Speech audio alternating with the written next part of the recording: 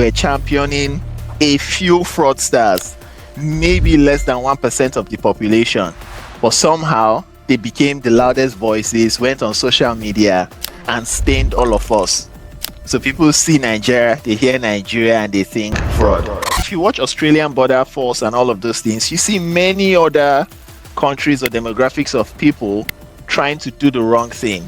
But then they don't get categorized as, oh, everybody from this country does this. So it's weird when it's an African thing or a Nigerian thing where the bad eggs represent everybody. Why is it that a corrupt person does something corrupt and then to the rest of the world, oh, corrupt person? But when it's a Nigerian, it's a Nigerian corrupt person. Nigerians are corrupt. In the UK, there's, let's just say, 1 million Nigerians in the UK. Less than 2% of them are doing fraudulent things. Why is it that those 2% are outshining the other 98% that are doing the right things, that are holding good jobs, that are contributing to the economy? I am saying that the scale is not balanced. For you to want to criticize somebody, you must also give them the compliments that they deserve. Those who are doing well, we don't sing their praises loud enough.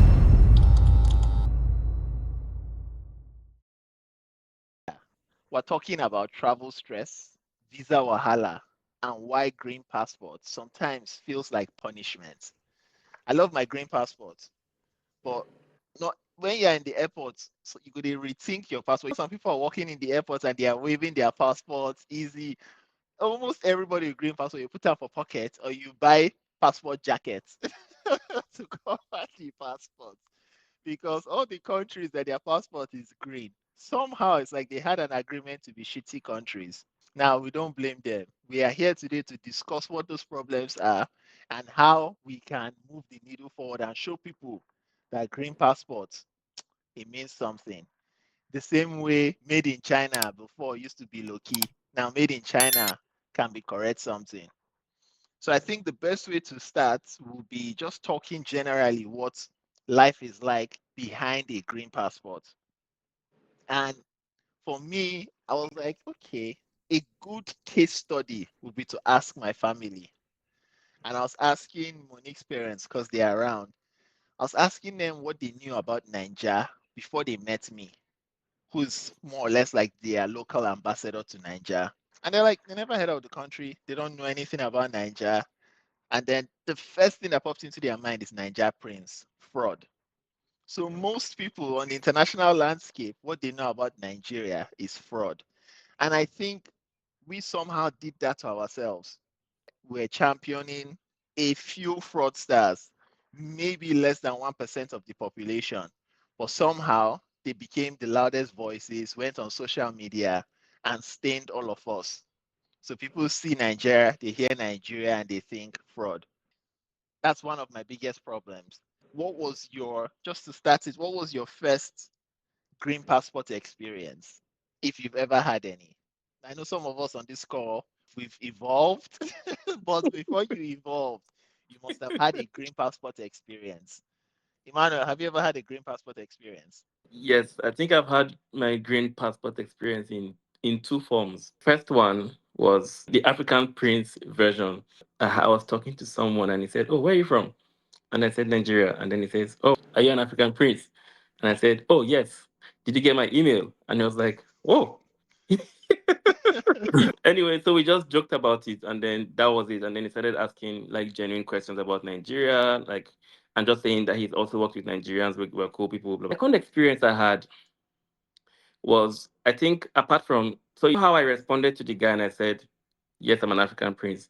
I think coming to Australia, I had this mindset that everyone already knew the whole African Prince, like had the same picture of Nigerians. So by default, I was kind of feeling a bit uncomfortable here, especially when I was working in a place where I had to talk to people on the phone, and then I would connect to their PCs, and they would say, "Okay, I'm going somewhere," and I'm like, "No, no, no, no, no, no, no, no, please, turn off your PC and like go. Then when you come back, we continue." The guy's like, "No, don't worry, it's fine." And this is me because I'm a Nigerian, right? And I'm assuming that this guy knows I'm a Nigerian. So why is he leaving? So I just think like by default I had that, and then it turns out that they already knew I was a Nigerian. But I think Australia is very far from the rest of the world. That in as much as we have that bad image, I think it's mostly in America and Europe. In Australia, it's just dating fraud. It's what they know Nigerians for. They marry you, they take your money, then they leave you. When it comes to green passport. The one that topped my list would be 2017. I went to a conference in Manila. I went with a few mates, and they were obviously not non-green passport holders. I'm talking about America, Chinese. And then we landed Manila, and the immigration guy, his job was just to stamp our passport and just say to us, "Welcome to Manila." So it wasn't a priority queue, it was a small queue. We lined up. Couple people passed, and then it's time just said them to. He got to my turn, he looked at me, and then he just said I should step aside. If you see how he looked at me and tell me to step aside, it was very degrading. And everybody were like, "What's going on with Press? Is he good?" That was my first experience, and it was very, very humiliating. And I stepped aside, he finished with everyone, and guess what this guy did? He called me like this. He just did like this. He started asking me, where are you flying in from? I'm like, from Australia. He said, okay, what are you doing in Australia? I'm a student. Can we see your student card? I showed him. What are you doing here? I'm coming here for a conference. Where are you going to stay? I said, I'm going to stay at Shangri-La. He said I should show my bookings and all those hotel reservations, and I've got on my email, I showed that to him. And then he asked for my residency permit. I'm like, bro, I've just told you I'm a student. I'm on a student visa. He asked for it. And I showed that to him. These are Australia papers. It doesn't have anything to do with you guys. But the guy was just very particular. He was just asking me a question as if he's going to throw me on the next plane to go back. So the guy just asked me all these questions. And I said, those are my colleagues. I'm here for a conference. And what he did was to remove one glass sort of stuff, and he just scanned through my visa. And after he had finished scanning through my visa, he stamped it and he handed my visa back to me. Oh, sorry, my passport back to me. And I folded my hands and I asked him why. What was all those sort of stuff for? And he said, we have been told about you guys and we take extra time to assess and approve Nigerians that are coming into Manila. You wouldn't know what we've been through in the hands of Nigerians. When he said that, I got my passport and I said, no worries. The second one would be, so we went on an excursion. The guy was sort of just happy to see an African in the midst of Australians doing what Australians are doing, and he just started becoming closer to me and being friends with me. He didn't even ask me where I'm from. Obviously, he knew I'm from the motherland, and this was an Australian guy. And the next thing that he said to me was an advice. He said, "Yeah, just be careful. The position that you're in now and what you are doing for work is very delicate. Just be careful of Nigerian prince. We've been getting fishy emails like that, and I can only just imagine how they will be targeting you guys. Just be careful." He did not even know I'm a Nigerian. When he said that to me, I'm like, sure, thank you. If he had asked me where I'm from, I probably would have said to him I'm from Mozambique or Zimbabwe because that was that You was deny your country. that was too embarrassing. Oh, yeah, very, very correct with the regarding the over policing we face for customs. That over policing, the extra questioning that we face, I think we brought it on ourselves. And now I'm thinking, okay, now that we have that problem, how do we walk back and change the narrative, which is going to be a hard task? And I think it also unfortunately falls on us because when Big people Daddy, see us, yeah. Big Daddy, 1 second. Even in Nigeria, we don't even respect ourselves. Nigerians that are flying into Nigeria, the way they treat you is different from the way they treat foreigners that are coming in. If you are flying out, the way they treat you is different from how they treat foreigners when they're flying out. So when foreigners are seeing how Nigerians are being treated in their country, what do they obviously gonna have in mind about us? What do they think about us? You know what I mean? So that's it. So if we don't respect ourselves, for example, in Australia here, you see how they treat everybody. You have your Australian passport, you have a Nigerian passport, whatever passport. You go through immigration. Most time it's just self-service. You know what I mean? Unless maybe you have an issue, No, that's but when they definitely come to right. you. You know, I think but I think that's excusable if you ask me. I'm not permitting bad behavior, but it's almost an example now. I can say, Emmanuel, short boy, ugly boy. Now my guy, I have the right to insult him. If another person on the street insults Emmanuel, we'll go fight. Nah, Not I that we wouldn't. even need to No, say I anything. wouldn't take that. No, if you want to insult Emmanuel, you should insult Emmanuel when no one else is around. Because if you insult Emmanuel when someone else is there, that is obviously gonna give the person, you know. But I think you get the example what he's trying to. Yeah, yeah. But if you are gonna insult Emmanuel, it shouldn't be when someone else is there, because that's gonna be a leeway for that person to feel like it Okay, yeah. is okay for him to treat Emmanuel that same way. But he wouldn't understand the joke. He wouldn't understand the relationship and the Yeah, obviously obviously. there's context to everything. So obviously discrimination they did very subtle. People will hide it. But at the airports is where you get the most discrimination. It's not even subtle. Like they tell you as it is. Now I don't blame the employees. It's the instructions that they've been given based on statistics, based on the people, the bad eggs. I just feel like the way they make it look is like everybody is that bad egg. But it's just a few, because I know that many other people, if you watch Australian Border Force and all of those things, you see many other countries or demographics of people trying to do the wrong thing, but Mm. then they don't get categorized as, oh, everybody from this country does this. So it's weird when it's an African thing or a Nigerian thing where the bad eggs represent everybody. Yeah, but I think most of. I'll give you an example. Moving to Australia, because of how we've glorified fraud in Nigeria, I never even assumed that the same thing is to happen here. Only for me to get here and I found out that in New Zealand, like they have more fraudsters, like heaps of fraudsters in New Zealand. So this airport thing has to do more with what's the word? Soft power, right? So America is a good example of soft power. America has exported so many movies and portrayed themselves as good people. That's why America can blow up a country and still look like the good guys, right? Yes. What is Nigeria exporting? Afrobeats. Afrobeats. Then when you check that Afrobeats and then the movies we make and how we portray ourselves outside, we don't like, yes, Afrobeats is reigning now, right? Which is good. But prior to Afrobeats, I think in the 90s, we were actually promoting more fraud. And a good And history. then corruption, right? All our leaders have been corrupt. We've been known to be like the most corrupt nation in the world. We glorify fraudsters. So all those things that we've been doing, and if you go back in time, you find out that at some point you could travel to England without your visa stamped, right? But we abused it. So they treated us well at some point. And then the Naira was very powerful.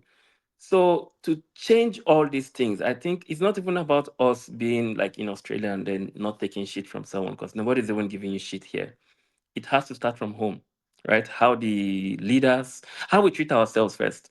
If we cannot have the basic decency to treat ourselves with respect, if a Nigerian is stuck in China, he's on his own. He can't even go to the embassy for help.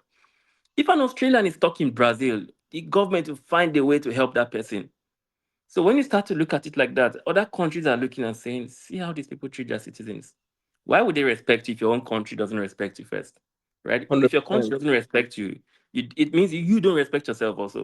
It's Yep. like your family not respecting you and you expect your neighbor to respect you. It doesn't make any sense, right? So that's why countries like Thailand, if you look at those countries, Thailand is not better than Nigeria, right?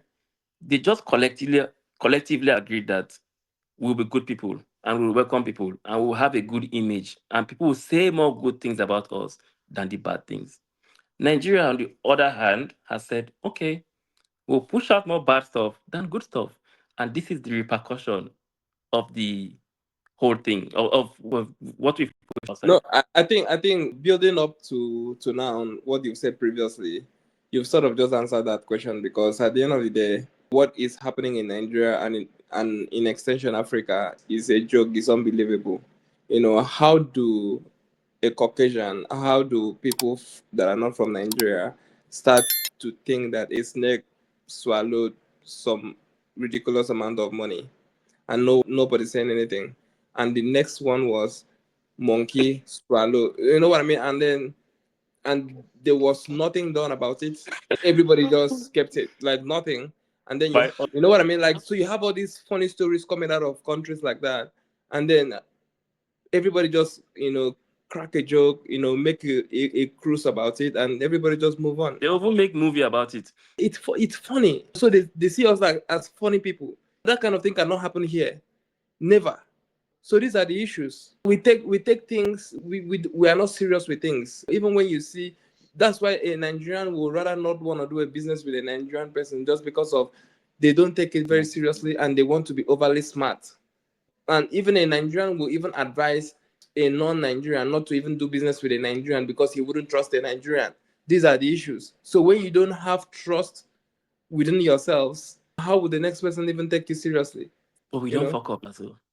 That's just how it There's is. Nigerians that fuck up in almost every country. It's crazy, so And these are the fundamental issues, and you begin to want to ask yourself, where did we even get it wrong? You can't even place But it, because look, right from the days of John the Baptist, it has always been like this. no, How where are you even beginning to say, okay, let's tackle it? Do you know how many prayers that have been said? Do you know how wait, but many conferences that Prince, have been said? do you know Do you know how, what worries me the most is that if I should use Australia as an example, I've not met I'm not lying. I haven't met any Australian that has had a bad experience with a Nigerian. I haven't. there was So I'm wondering why this thing still lingers on to this point because I've not met anyone that says, "Oh, a Nigerian did this to me." No, I haven't met, and even on that's social the media. point, you don't, I wanted to that's the thing. highlight. So where They did wouldn't wait. They wouldn't wait for that to happen to them. It's social media. Look at what happened in Dubai. The whole hush puppy thing. It was a global thing, and even if you listen to, like, I think current affairs, there are people that have been scammed with Nigerian prince and all of this sort of stuff. So you may not have met people that have obviously been impacted directly, but it is a known story. yeah, So but once I they see think you as a Nigerian, what they've heard on the news 5 years ago, 10 years ago, strikes. Why is it that a corrupt person does something corrupt and then to the rest of the world, oh, corrupt person. But when it's a Nigerian, it's a Nigerian corrupt person. Nigerians are corrupt. And even in the UK, now a lot of Nigerians, a lot of us will be like, oh, UK don't cast. Nigerians have casted in the UK. But guess what? Let's just say 1 million Nigerians in the UK. Less than 2% of them are doing fraudulent things. Why is it that those 2% are outshining the other 98% that are doing the right things, that are holding good jobs, that are contributing to the economy? I am saying that there is something, the scale is not balanced. For you to want to criticize somebody, you must also give them the compliments that they deserve. So I am saying that those who are doing well, we don't sing their praises loud enough. And I'm not saying also as human beings, because to be fair, yes, Nigerians have their faults, but I have not seen anybody that loves Nigeria like Nigerians in the diaspora. We have we love our country. Anywhere there's Nigeria, if Nigeria is playing football today, as much as we know they will break our hearts eventually, we will support the Super Eagles. If a Nigerian is boxing, as much as we will support that guy, he's my brother. So we have our brothers' backs and we are our brothers' keepers. I am saying that something is unfair in how we are judged on the global scale. And I think that it's something that we need to speak about because I look at it and I'm like, okay, one Nigerian did something wrong. Now you're changing the whole policy for all Nigerians. Why is that when one Chinese person does something wrong, you don't change the policy for all Chinese people? 75% of global fraud comes out of Asia, right? Why are they not treated the same way you treat Nigerians? So there's something I missed there. Adam, see, the things are right. As a Nigerian or as an African, if you want to travel to the West, they just see you as a consumer. You are not bringing anything. You are not bringing no value. But if an Asian, like a Chinese, is coming to Australia, for example, they see you like an asset. They see you like you're gonna come. They see you like you bring money in. Whether it's not is the ratio is just, you know what I mean. So but please, that's I think why it still ties into no what Adam is that saying no because that if that's you why if should you look at count that's why the if ratio you of look at poor the people in immigration China to Nigeria, in it, China has that's more poor people than Nigeria. So definitely. But people that are yeah, the ones that are traveling out are obviously going there to, like, maybe start up a business or do something that's gonna obviously impact positively on the economy of wherever they are going to. If you look at the policies of immigration, for example, look at the visas denials. How many Asians have Australian, for example, denied them visa on entering Australia, even when they don't speak English? But look at the amount of visa refusals that they will give to Africans, in particular Nigerians, if they want to come to Australia, because they know that you are the relationship is it's gonna be parasitic. You are just really coming in to take, not to actually give. So these are the things. So once an Asian commit a crime, for example, it's not gonna fly the way that a Nigerian would, just because of the people, just because of how they No, no, had. no. Praise. I feel like you're Yeah. missing my point. My point is, I think similar to what you were saying earlier on, we support these people and put fuel on flame. So when a Nigerian person does something wrong, I'll give an example. One Nigerian guy gets caught in Blacktown moving drugs, and then it's put on 7 News. This Nigerian guy moved drugs. We will now share it and post it amongst ourselves. I think instead we should go on that page and comment, a bad person has committed a crime. The fact that he's Nigerian has nothing to do with the crime. This is Yes. one bad egg. Treat it as an isolated event because most of the world's serial killers are white, right? It's a weird proportion. Nobody else has serial killers like that. Why Even doesn't the child world abusers. say exactly? Why doesn't the entire world say, oh, serial killers, you can't come into our country? No, like, oh, it's just one bad egg. It's not all of us. So I am saying it's our responsibility when they try to flag it as a Nigerian problem. We're like, no, no, no, no. That guy does not represent us. Bonner Boy represents us. There are many people Yes. doing things. Praise represents us. The good ones are the ones that represent us, is Could my it message. could it be that how Americans, every American that goes outside believes that their country is the best country in the world, even though it's now a shithole? Could it be Mhm. that Nigerians just subconsciously and have collectively agreed that the country is a shithole? I like that you've raised this. Last year, when Davido went on the and when Davido went on an international podcast and started criticizing Nigeria, saying that Nigerians that are abroad should not travel back to Nigeria to invest because Naira is shit, the country is not moving forward, and blah blah blah blah blah. Demarcated Nigeria in the worst possible way, and we had this conversation. I remember someone like Monday was saying that leave him is saying the truth. Someone like Kachi was like, yeah, he's saying the truth, he should speak his mind. Bro, how many Americans, how many Europeans will travel out of Europe and go and demarket their country like that? Bro, we know how many Caucasians will go into a school and shoot down the entire primary school, and they will still say America is the greatest country ever. They will still say, Yes. God bless America. You know what I mean? Yeah. America is so unsafe. It's very everybody owns a gun in Texas. It's so unsafe, but they will still And say that's why I'm it's the scared to great, go there. and they Lots still of say guns. America is the greatest country in the world. But Yeah. just 4 3 years ago, when the economy went down, everybody's demarketing Nigeria, everybody's saying crazy things about Nigeria. How would they respect you? And It's really on the individuals. Now he was saying all these things, and his uncle is a freaking governor. He has been going around snapping and taking pictures with the president, and you went and said all these things. How does that even make sense? If so I people like think that should be saying all this sort of stuff about Nigeria, how are people going to go back to invest? I think it boils down to soft power at the end of the day. What are we exporting? Like if David is coming out to say something like that and we think it's okay, he's a big star, people listen to him and what he says actually carries weight. So Yeah, when he goes out and he says something like that, honestly, if a rich guy is thinking of investing in Nigeria and he hears he somebody like wouldn't. David says it, He wouldn't. that's a signal to not invest. Yeah, You At know, obviously. least do you at least guys know think about twice. Dixie Chicks or something? There was a music group, Dixie Chicks. I can't remember their exact name. During George Bush's time.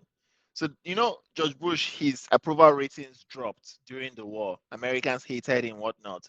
So Dixie Chicks, they went on, I think they're a trio. They went on the music, just all those radio stations, and they Mm. spoke badly about their president. Bruh, people were burning their CDs. They literally got cancelled Yep. because it's literally similar to what the video did. They got cancelled. This was before cancellation era. Yep. They Mhm. got cancelled because you do not go out in public and speak bad about our person. Don't air our dirty laundry in public. Keep it in Definitely. house. That's So, when Even that's when during that came out. Yeah. even during the New Jersey fires, when Kanye West said George Bush doesn't like black people, Kanye West went to and apologized to him. that he's sorry for So that's saying right now that we understand we have problems. So like almost every other family, almost every other group of people, they all have their problems. I'm saying, what are some of the things that we can do to rebrand our Green Valley? And it starts with us, right? What are you doing as a person? How do you present yourself at work? How do you present yourself in groups? Now, something I've started this year is if I tell you I'll be there 7 o'clock, I will try to arrive earlier. I hate that narrative that of African time. Don't Yes, I judge me hate like it. that. If you I tell me dislike it 7 so p.m. and I much. come 7 p.m. and you don't respect my time, we will have a Yes. problem. And I will Yes. leave early. So Yes. you know that next time, I respect my support time. that 100%. I like why? Adam, Do you know how painful it is that you cannot organize an event and invite Australians and Nigerians to the event? Because Australians will come and there's nobody there. So are you going to have two events now? Because they will have to leave at some point, right? bro, it is not just bad, it is very disrespectful. So Like, my father-in-law had celebrated his 60th birthday. Adam and Monique were the ones that decorated it. The event was supposed to start, I think, by 6 or so. And then there were a few people there, and the man said we should start. He is that kind of person. yes, We started it. People yes, started coming in 2 hours after we've three started. He did hours, not. He did everything. not care. You remember? You Yes, know. now I And was there now. Adam and Nini, you guys are not just saying this thing. You guys are actually, walking the talk. Ah, Because when I did my naming ceremony, I was shocked that people really came early. People really respected time. So there are a set of quality Nigerians that are actually specters of time, and there are people that are just so callous, so unserious, and you could tell with their attitudes. Wrap up what you want people to take away from this message.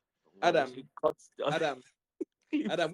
When it comes to leadership, right? When it comes to politics, our leaders did not come from the sky. It is from among us. So whatever it is that we are getting from these guys are just the reflection of us. Yes, You know, 100. a typical Nigerian always want to outsmart the other person. Yep. There's politics everywhere. we So understand the you can only problem? so We you Praise, can want only recommendations. wait, praise chill. how Lagos You- people behave the same. They yes, have this yes, collective yeah, consciousness. definitely. That's how it Adam, is. you can only It's the whole imagine someone Nigeria. just normal. Your guy don't scam you normally. You can only just imagine what this person would be if he's the senator or a commissioner or If they a can scam president. you, that is this guy. I'm telling you. So the change that you need needs to start from us, not from the top to the bottom. Oh. It is from whether it is at the top, it is at the bottom, it is at the church, it is at the mosque, wherever. But the change needs to start from us. It is a genuine repentance. If not, all these ones who they talk, nothing will happen. Nigerians are always, we always want to show the next person that we are better than them. That's now why on Sundays we pull the best dress. If you don't get money, they not even allow you talk. We collect position for church.